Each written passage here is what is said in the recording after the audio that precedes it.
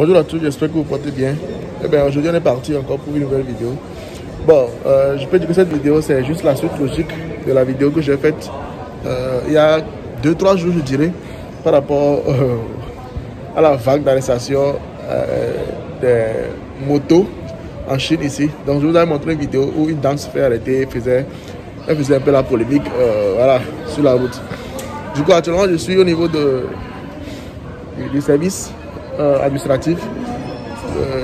Bon, ça c'est un grand centre où il comporte beaucoup de services différents. Donc je suis venu ici pour essayer de trouver quelques solutions. Bon, je vous explique, je vous mets déjà dans le vif du sujet. Bon, j'ai été arrêté aujourd'hui. Un peu ironique puisque j'ai fait la vidéo juste hier. Voilà, c'était partagé. Puis aujourd'hui, matin, je me fais arrêter aussi.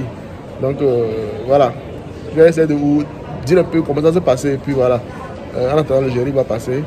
Vous allez voir un peu, voilà, comme d'habitude. Vous abonnez, vous laissez vos commentaires à la fin de la vidéo, partagez et puis vous mettez un like. Bon, on se retrouve tout après. Ciao.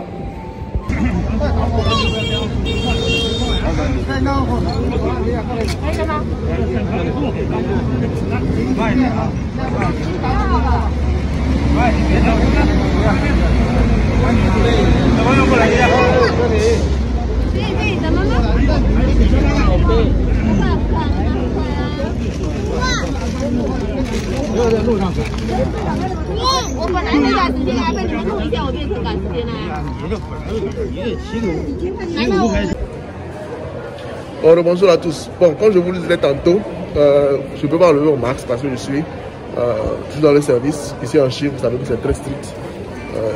Voilà, donc je vais garder mon masque tout au long de la vidéo. Mais je vais essayer quand même de faire des transitions, vous montrer un peu à quoi ça ressemble ici. Voilà, donc je suis là avec un partenaire qui m'aide pour les formalités. Donc voilà. Aujourd'hui, moi je vais revenir pour aller au boulot le matin, comme d'habitude. Et puis voilà, j'ai décidé de prendre la moto à cause des embouteillages, tout ça là pour pouvoir me faufiler rapidement dans la circulation. Et voilà, on m'arrête au feu rouge. Donc souvent je suis rarement arrêté, on m'arrête rarement aussi en Chine. En fait, je ne me suis jamais fait vraiment arrêter puisque voilà, de là qu'on voit ma couleur de peau, on voit que je suis étranger d'abord, ils ne m'arrêtent pas. Comme je vous ai dit, certains parce que voilà, il y a la barrière de langue. Et donc je dis que les étrangers sont souvent en règle ici, donc voilà. Donc pas besoin de les arrêter ou perdre de temps. Mais aujourd'hui j'avais mis un casque. Il faisait froid. C'était le matin de bonne heure, pratiquement au-dessus de 5 degrés. Donc il faisait tellement froid que j'ai mis le casque pour voir beaucoup le visage. Parce que quand le vent frais frappe le visage, ça fait mal. Donc voilà, j'ai mis mon casque, arrivé au feu rouge. Comme les policiers savent le faire, le policier a enlevé la clé dans ma moto. Et puis il m'a demandé de le suivre. Donc aujourd'hui n'a pas été la première fois. J'avais été une fois arrêté il y a quelques jours. Donc j'ai dit moi j'ai déjà allé au niveau de votre service pour essayer de changer ma plaque. Ils m'ont dit que le système n'a pas encore de lettres, de caractères romains. Caractères romains on appelle ça. Bon, les lettres A, B, C, D là-bas. Ils n'ont pas encore ça, ils n'ont que les caractères chinois. Donc du coup, comme je suis étranger, ce sera compliqué de pouvoir m'enregistrer. J'ai dit d'accord. Il dit que si on m'arrête, d'expliquer ça comme ça. Donc c'est pourquoi les 2 jours présents, on m'a arrêté, je l'ai expliqué ça comme ça et puis c'est passé. Mais ce matin, non, j'ai été arrêté. Le policier me dit que lui n'est pas le responsable ici, donc il va falloir qu'on aille voir le responsable pour lui expliquer. Et puis moi je pensais qu'il m'amenait, il dit non, que moi d'aller lui expliquer. D'accord.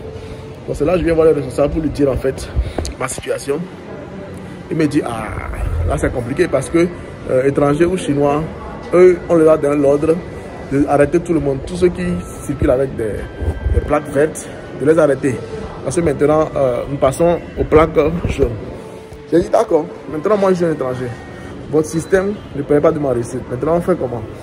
Donc il me dit ça va être compliqué. Bon tout ça là, je dis ok. Bon, il dit d'abord il va vérifier qu'est-ce que je fais en Chine. Je suis étudiant ou je suis fonctionnaire. Je suis fonctionnaire, donc il a vérifié tous mes papiers. Je n'avais même pas mes papiers, donc j'ai dû appeler ma partenaire qui était à la maison, qui n'était pas allée au service aujourd'hui, heureusement. Il m'a envoyé des captures d'écran de mon passeport, de mon visa, tout ça là. C'est là, en appelant ma partenaire, il me dit elle est chinoise, je dis oui. Et je lui demande c'est quoi le rapport avec l'affaire. Il dit non, en fait c'était juste un constat qu'il a fait, il voulait demander. Je dis ok d'accord. Donc je dis maintenant, vous avez tous les documents, ça vous suffit? Il dit mais c'est compliqué cette histoire. Je dis je t'ai dit que c'est compliqué, c'est pourquoi je t'avais dit ça au début. Il me dit ok, ce qu'il va faire, il va essayer de rentrer, me donner, voir si ça va donner quelque chose. Il a rentré, ça ne donne pas. Finalement, il a dit ok. Et maintenant, lui me dit, pourquoi est-ce que je ne prends pas le nom de ma partenaire pour pouvoir faire le papier, puisqu'elle est chinoise. Je dis à mon frère, moi j'ai acheté un truc avec mon propre argent, mon propre nom. Pourquoi est-ce que je vais mettre ça sur le nom de ma partenaire? Il dit, ah, toi aussi, il ne faut pas être compliqué, c'est des méthodes d'ordre. Moi, je me dis que ce n'est pas à nous de vous faciliter la tâche, vous en tant que service public. C'est vous qui êtes censé trouver des moyens pour pouvoir intégrer les étrangers. Je lui ai dit, ah, mais c'est compliqué ton histoire. Je dis, ok, il y a deux solutions. D'abord, tu me perds le temps pour mon boulot. Soit tu me laisses partir, ou soit, moi je te laisse la moto, parce que la moto, ça ne coûte pas grand chose. La moto, c'est au maximum 5000 renminbi, ce qui fait pratiquement 500 000 francs, c'est pas maximum. Je vais te laisser la moto, et puis voilà, je prends une photo de toi pour aller faire le rapport. Et puis après, si vraiment c'est possible, je vais lui acheter une autre moto. Il dit non, je ne vais pas prendre de photo de lui, de partir avec ma moto. Mais il me dit que ce qui serait bien, c'est qu'à midi, je puisse aller là-bas au moins.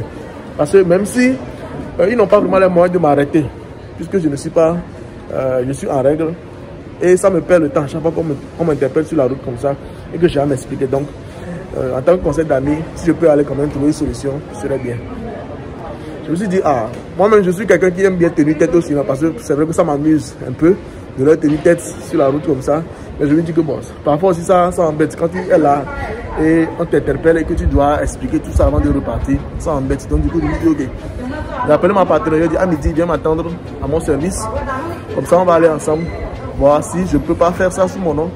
On va utiliser ton nom, le faire et puis voilà, pour que je puisse me laisser tranquille après. Donc si c'est vraiment pas possible là, je vais racheter une autre moto et on va essayer de mettre une nouvelle plaque directement. Donc elle me dit non, pourquoi est-ce que moi je vais dépenser l'argent pour encore acheter une autre moto? On a qu'à venir essayer. Donc on est là actuellement comme ça pour essayer de faire ça. Et puis voilà, donc c'est un peu la situation. Ça m'a fait marrer un peu, j'ai tenu à vous le raconter parce que j'ai fait la vidéo récemment et puis on m'arrête moi-même. Ça me paraissait un peu marrant. Donc c'est un peu ça. Et puis je passe sur cette vidéo aussi pour passer des messages à des amis étrangers qui sont ici en Chine. J'ai beaucoup d'amis étrangers qui ont souvent peur. Moi je leur dis que quand tu es en Chine et que tu ne violes pas les lois, tu ne violes pas les règles, tu ne dois avoir peur de rien en fait. Voilà. Moi par exemple, je n'ai peur de rien ici en Chine. Tant que je sais que je suis, voilà, je connais mes droits et mes devoirs. Donc et puis les Chinois, j'ai remarqué que, puisque comme je vous l'ai dit, la loi c'est la loi, aucun Chinois ici, que peu importe son poste au-dessus de la loi, il suffit que tu argumentes un peu avec lui. Et il remarque que non, la personne là, c'est un intellectuel, il est intelligent, il connaît bien la loi. Il commence à avoir peur. Parce qu'il se dit que ce que tu lui dis là, lui ne maîtrise pas.